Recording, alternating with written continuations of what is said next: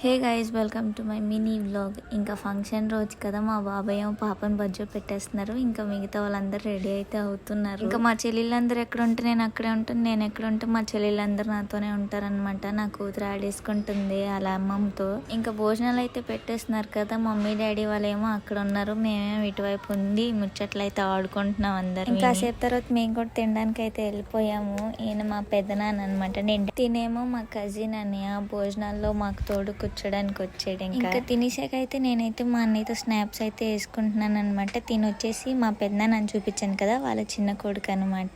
Function కోసం అని వచ్చాడు, మళ్ళీ రిటర్న్ వెళ్ళిపోయాడు. ఇంక ఈ గుండుగాడి ముందు అందరు స్టెప్లు వేస్తున్నారు అనమాట, ఈడులు వేసి వేస్తాడని చెప్పేసి. కానీ లాస్ట్కి వేయలేదు, ఏడిస్తాడు. మిగతా వాళ్ళందరూ వేస్తుంటే మేము ఎంజాయ్ అయితే చేస్తూ ఉన్నాం అనమాట, ఫ్యామిలీ మొత్తం. ఇంకా రోజు ఇంకాసేపు తర్వాత మా బాబాయ్ కూడా డాన్స్ వేశారనమాట. మా బాబాయ్ అయితే ఫుల్ జోష్ మీద వేసారు డాన్స్ అనేది.